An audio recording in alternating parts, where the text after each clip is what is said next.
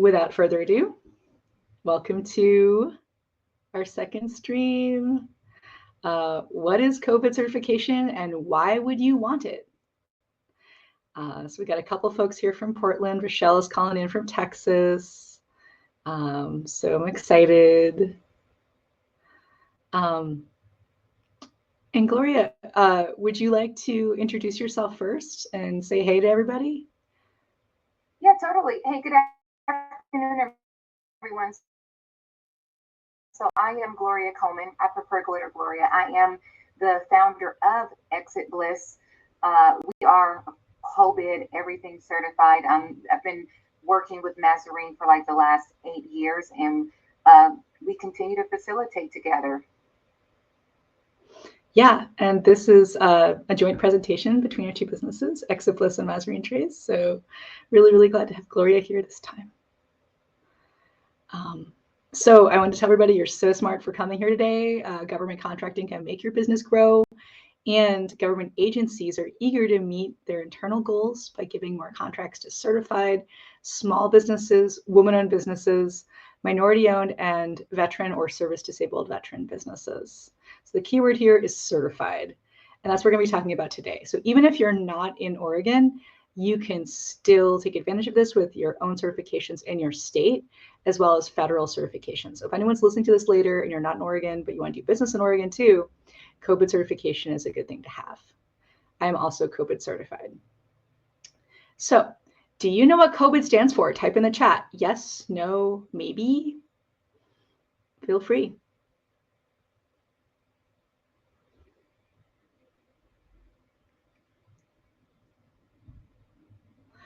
If not, I've got some funny guesses on the next screens for you. You'll see.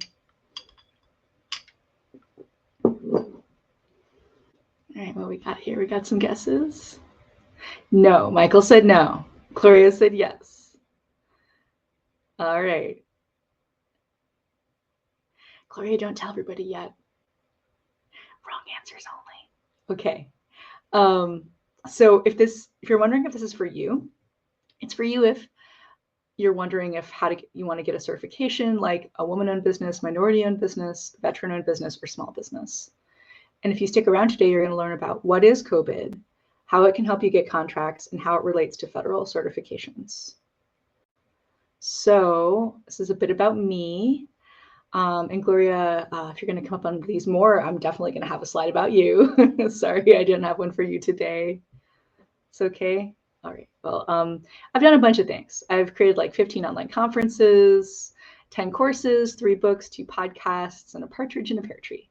I've also, been certified as a DEI practitioner with Whiteness at Work and Racing to Equity, and I've also got speaker training from Communispond. So I've been contracting since I lived in Texas in 2012.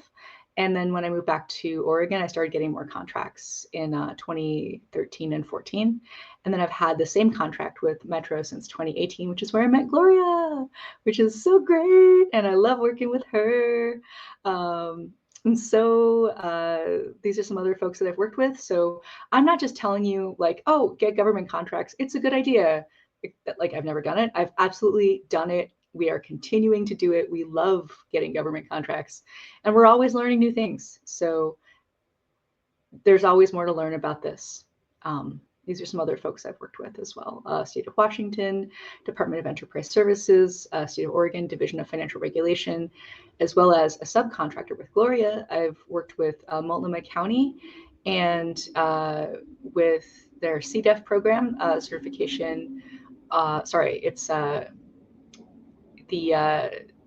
what does it stand for again, Gloria? It's Construction Diversity Equity Fund. Would you like me to put the link in the chat? Yes, would you please? That would be so great. Yeah, thank you. The Construction Diversity Equity Fund is really awesome because it's free help with your website. It's free help with your project management, with back office stuff, with finance, education, as well as marketing your business to government. And it's all, if you get COBID certified, you can get this help. So this is another reason I'm telling you COBID certification is so great. And this technical assistance program is for construction and construction adjacent Yes. industries. So you could be a photographer, a marketer, those type of construction adjacent. But for those, yeah, just want not for like a food cart business. No, that's right. That's right. But it's really good. And even if you're not one of those kinds of businesses, you can still get your COBID certification, and you can get help from other programs like the Apex Accelerator as well. So does COBID stand for certainly orange baby idiot dick? Nope. Cantankerous old boy ivermectin dunce? Not that one either. It stands for Certification Office for Business Inclusion and Diversity. So it's good. It's good if you want to do business in Oregon. It's also good for Oregon businesses. And agencies have internal goals to do business with people who are COBID certified, but can also prepare you for your federal certifications for woman-owned business, hub-zone business, or disadvantaged business enterprise. So Gloria has her DBE, disadvantaged business enterprise. And if you're wondering if you're qualified for that, well, if you make under $5 million a year, poor you, you're so disadvantaged, and you can get the disadvantaged business certification as well. So, so construction companies also have internal goals. So if you're thinking like, maybe I could work with a construction company, if you do hauling or painting or drywall or janitorial or cleaning services or HVAC, construction wants that too. They want you to be COBID certified. You can definitely jump into the subcontracting pool. P.S. They also love DBE certification, which is a federal one. So how do you start to get certified? Well, if you're afraid of the paperwork, you're not alone. And you can ask your local Apex Accelerator to help you. Oh, hey, Vel, thanks for being here. Love to see you here. And then if you've already connected with your local Apex Accelerator, then here's some next steps. Hey, Vel, thanks for being here. Hi. Hey. So you want to create a login at oregon4biz.diversitysoftware.com. You want to be prepared to put in your EIN number, your address, etc. Basically, this is the dashboard that Gloria has created for Exit Bliss. Gloria, you want to say a little bit more about this? Yes. One thing about these certifications, there are at least 50 different pieces of documents that you will need to find wherever you got them, in your drawer, online. You're going to have these documents handy for any of these certifications you decide to apply for. Now, we created internally our dashboard because some of this, right, when you get ready to renew and you're getting help from your admin staff or somebody else, when you delegate, you're able to have all the information you need at your fingertips. It's better, right, to measure 18 times and cut once. This is getting everything that you need ready. So when you sit in front of the COBID screen to apply, or you meet with your Apex counselor, you are ready to really walk through it because you have everything. And so this is what our dashboard, it has all of our information that we need handy in a way for us to easily find your tax records, right? You're going to need your birth certificate or your lease agreement, right, for wherever you're at. So that's what our dashboard is helping you get those 50-ish documents together in a format that they could easily be retrieved, because it's going to save you time because you're going to have to renew some of them every year and some of them every 3 years. But trust and believe, you want to be organized. Thank you, Naz. Oh, yeah, absolutely. Thank you, Gloria. You do want to be organized. And these are some of the things you need to get together. So I do have a list on a later slide, but that's certainly not a comprehensive list. That's just the beginning of what you need to put together. And actually, that's the most daunting part of this whole thing, is how do I get all these documents together? It seems like a lot. And I would rather just watch, YouTube videos and, hang out and sing a song, so I get it. But that's why we're here. We're here to support you every step of the way.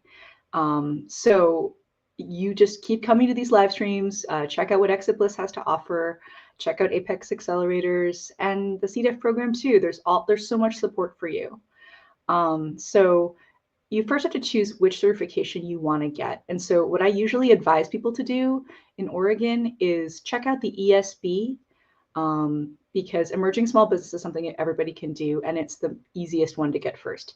DBE on this screen is the most, I'd say it's the hardest one to get because it requires more of you. It requires a personal income statement, which is a little bit harder to fill out. And they also want you to kind of make a disadvantaged business narrative. And I have a couple clients right now that are a little bit confused about what they want there. And so I've just been supporting folks with this. And I know Gloria has too on what to do with these two different documents. Do you want to add anything, Gloria? Well, here, I did mine. And so here's the thing with the DBE, some of these documents will have to be notarized. I don't know if it's one or two because it's not in front of me, but just know some of them have to be notarized, some of them have to be signed. There's a few that I was able just to upload my electronic tax records, right? And then they were like, no, it has to be a signed one. You have to have an invoice, right, from when you're being paid compared to the payment going in your bank account. There's a lot of, I would say, just little things with the DBE. But once you do get it, it goes, what is it? It's like reciprocal by the state. So I think like for Washington, then you would, if you were to register, whatever, be DBE as well. It's not like you have to get DBE. I think for at least for Washington together, it just kind of is a reciprocal relationship. Yeah, it's a federal certification, so it'll be good for the entire country. And also, if you've already gotten your COBID certification, then it will populate that application for you. So a lot of the answers will already be answered for you. You just have to verify that that's still the answer you want to give. Yeah. Thank you, Gloria. So you start after you log in with simple eligibility. And this is how you can tell if you're eligible or not for COBID. And it's so easy. It's like, are you a nonprofit? No. Are you 51% owned and operated by a minority woman or veteran? Yes, right? Is a minority owner recognized as belonging to one of the following groups? And then it lists a bunch of groups. You can click yes, no, or not applicable. If you're VBE, that's Veteran Business Enterprise. Did you serve in the military? And they'll ask you for your DD 214 if you did. And if you did, that's great. You click yes. If not, you click not applicable. Do you have the qualifying licenses? Some people need it, like architects. Some people don't, like me. So then I would click not applicable. Are you publicly owned? Probably not. And then are you owned by another company? You want to click no, and that's it. You're in. You're eligible. So this is the very, very beginning. There's making sure that you're not any of these other things. You're not a nonprofit. You're not owned by somebody else. And then you get to this screen. This is all of the different sections that you need to fill out. And don't go crazy here. It's really not hard. I'm going to go through these step by step with you, each one of these sections, and show you how easy they are to fill out. Also, the document section, as Gloria and I were saying, is probably the worst part. But again, there's stuff there that's pretty straightforward to get. So the nice thing is when you're done with each section, I'll put a little green check mark here instead of a red arrow, and you'll know that you're done. So your business profile. This question is, after the contact info, which is section 1, which I'm not going to even bother with because that's self-explanatory. The next one is, okay, how do you describe yourself? Here's how I'm describing my business. There's my EIN. Actually, I guess I put my BIN there, my business identification number, when I should have put like my, I shouldn't put my, anyway, they didn't care. But that's my website there. I shouldn't have put it there. Anyway, and then have I been certified by other programs? You can say yes or no here. And then have you ever been denied certification? Yes or no. And so easy like Sunday morning. Yeah. Oh, okay, good. Your capabilities. I was getting ready to go back to the new one. The capabilities. So one thing that Mazarine does a lot of is creating the capability statements. There is, so even though, right, like you see the NAICS codes, the NAICS, you're going to have those codes on your capability statement, which is, again, right, one more document that you need to have. So Mazarine does a ton of those. Once you have that, right, you'll be able to easily find all of the codes that are applicable to you in your business.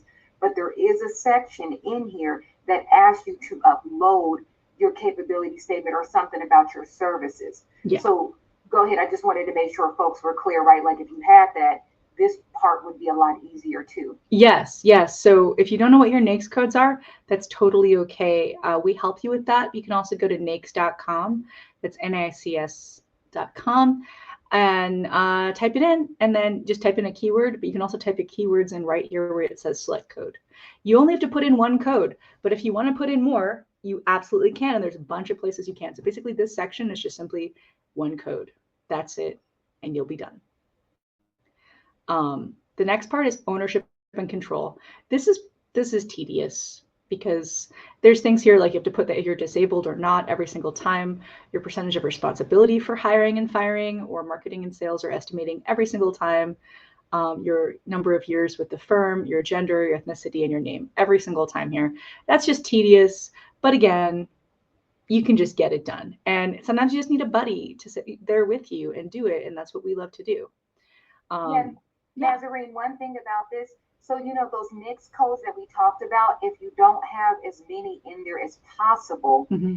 when they start sending out notifications to say, hey, this RFP is coming out, right? Like when we get stuff for HR, it's because of that code. So if you don't have all of the right codes, you're not going to get notified to your email box. You do not want to be going into these systems every single week to see if there's something new, which is why you make sure you have all the codes necessary. Agreed. You could just put one code in, but if you can put in more, I definitely would.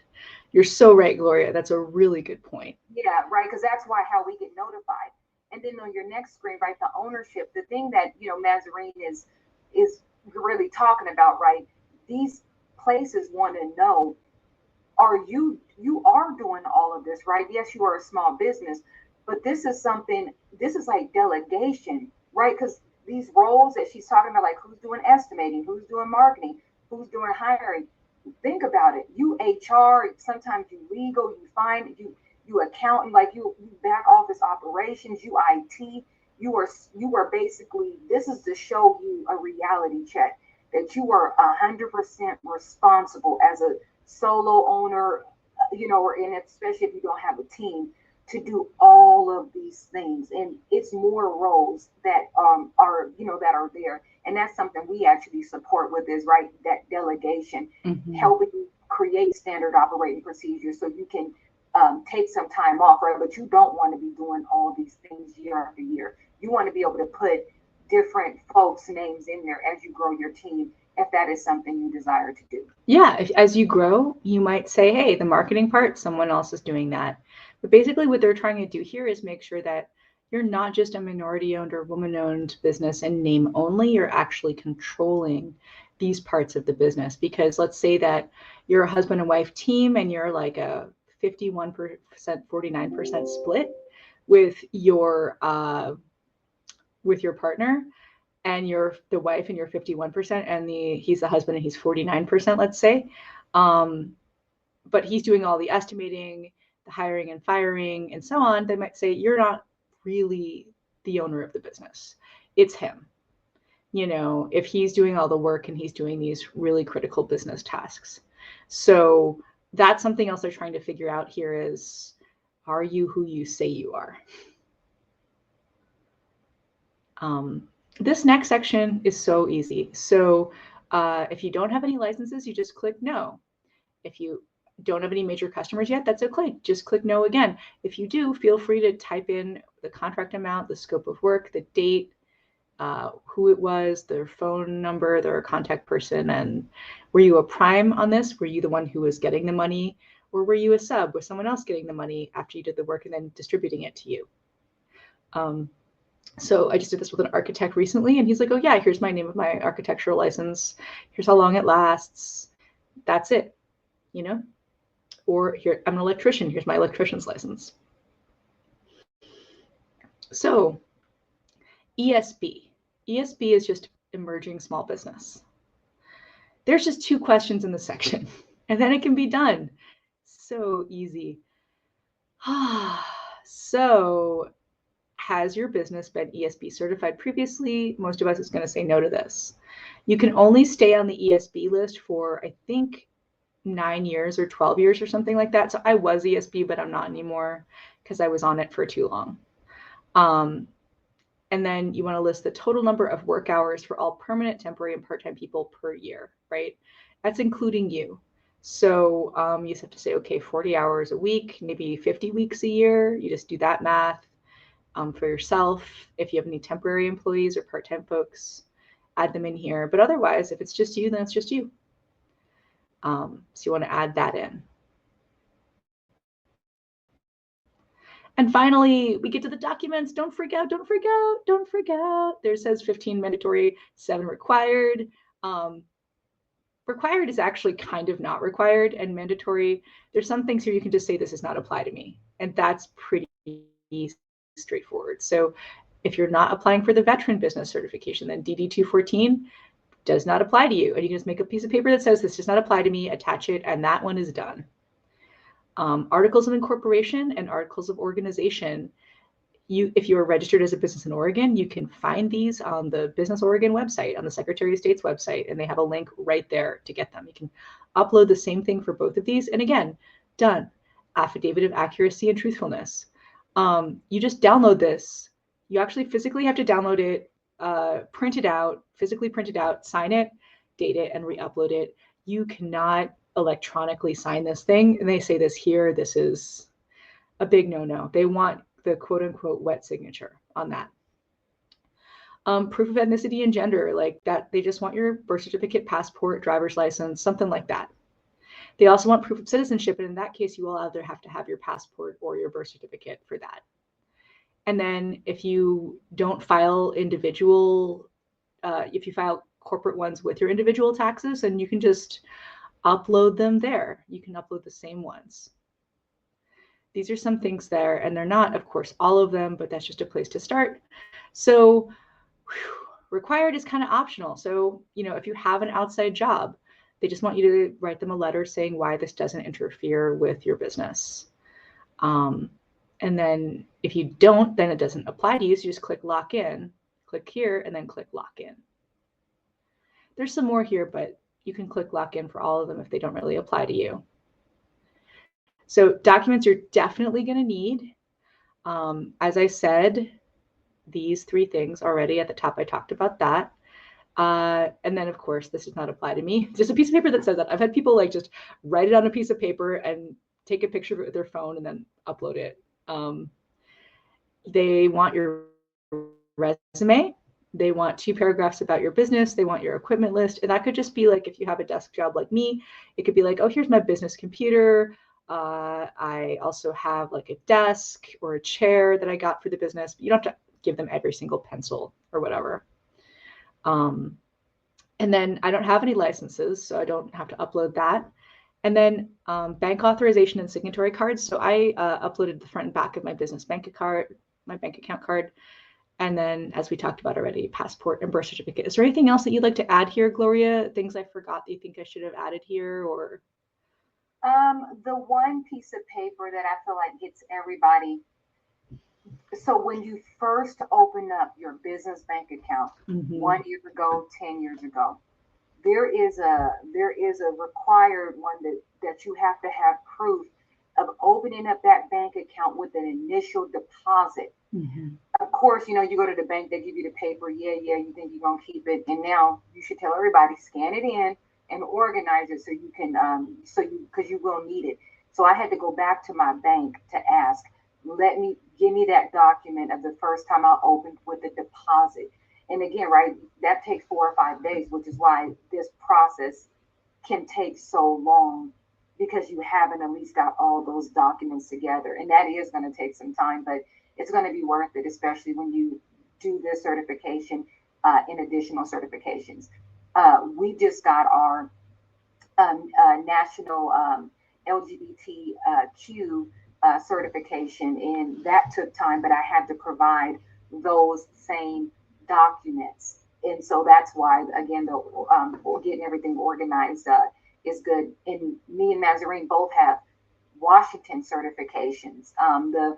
It's on the something minority, or it's something women in business. It's something they have. I can't think of the acronym in Washington, but we needed the same paperwork and documentation, and you're going to always need this same paperwork and documentation, especially, I don't know, one day if you ever decide to sell your business or, hand it off to a family member or something of that nature. Folks is going to need this information. Yeah, and that's one of the things that you excel at helping people get organized is just putting this all in one place, making it easy to access, and then every year when you just file your annual no change, it's right there if you need it. But even if you don't finish it all right away, after 3 months, if you don't touch it, they are going to delete it. You could also extend it a week at a time if necessary. But if you want to finish it sooner, XPlus is really good at this. So, anything you want to add, Gloria?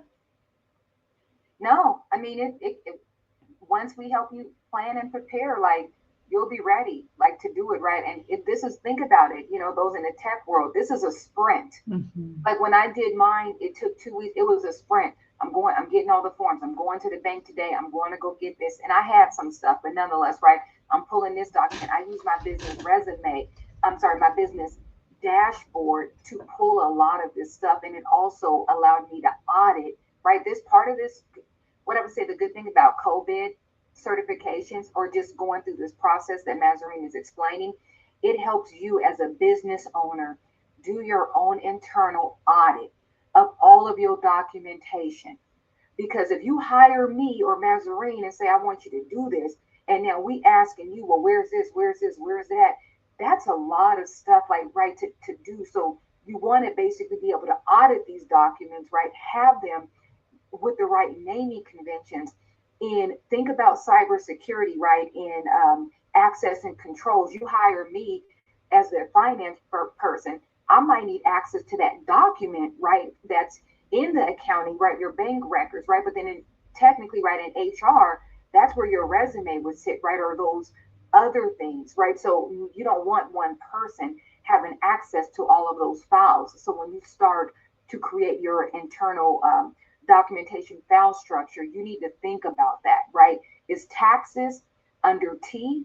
Is it under F for finances? Because you consider, oh, I'm put my taxes under finance, or is it under accounting, right? Because where do I look? So that's the mindset that when me and Mazarine we work with you, we try to get you thinking in that way. Mm-hmm. You do. And we had a great question from Val in the comments, and I wanted to make sure that we, connected about that too.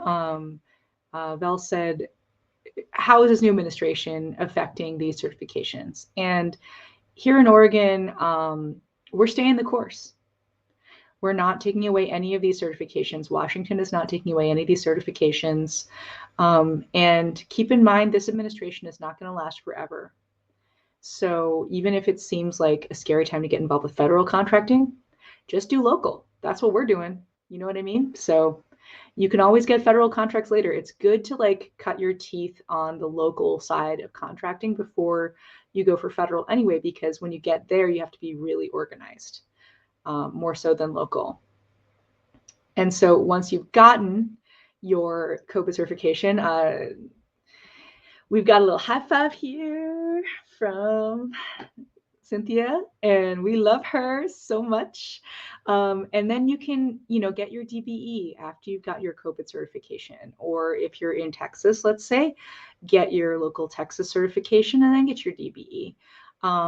You can, after that, create your capability statement. As Gloria said, love to do it with you and for you. And then you find government contracting events to go to.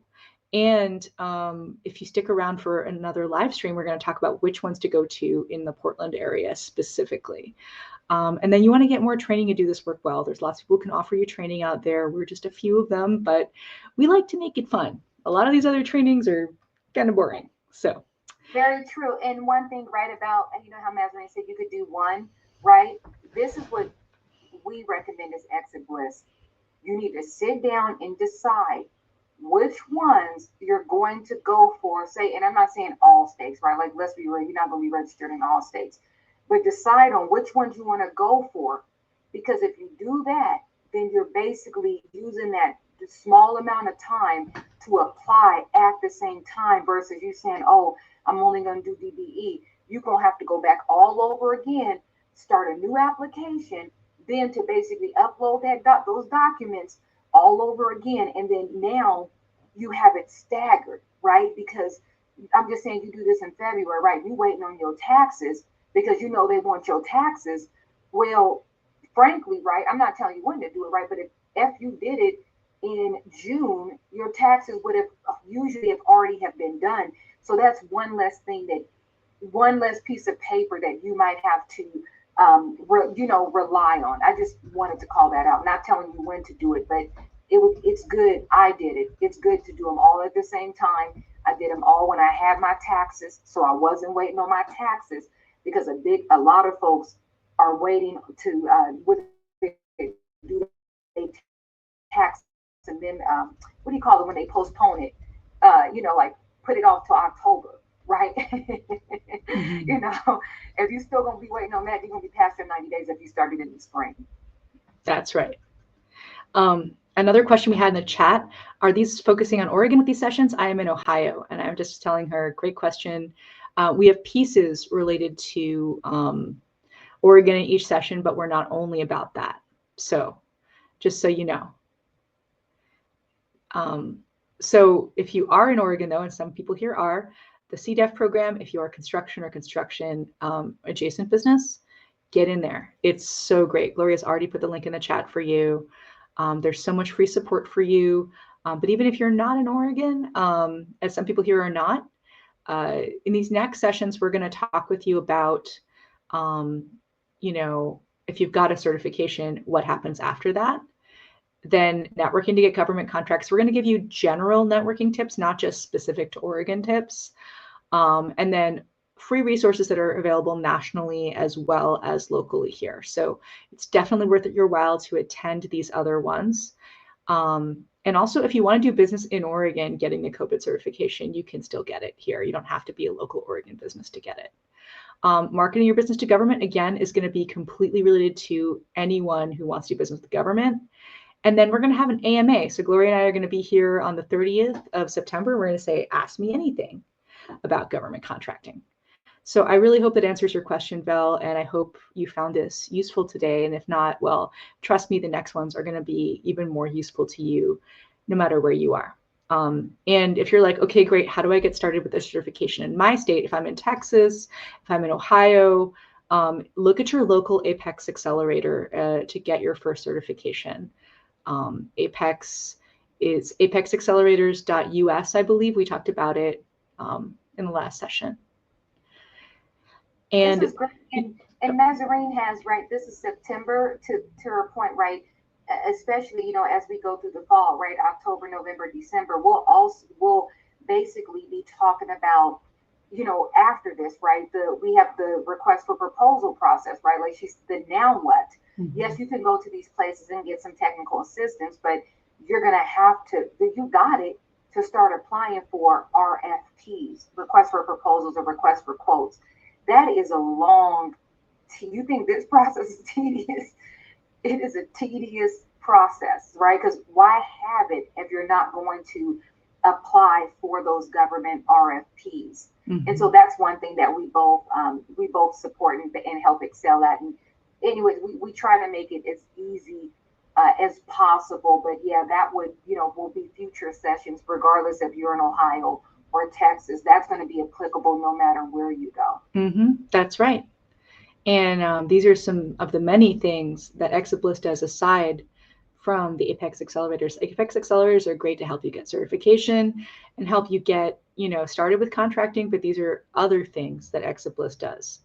The computer training, the cybersecurity, the financial software training, the human resources management, all of this, and I'm just reading one side of the screen, that stuff that Apex accelerators don't do.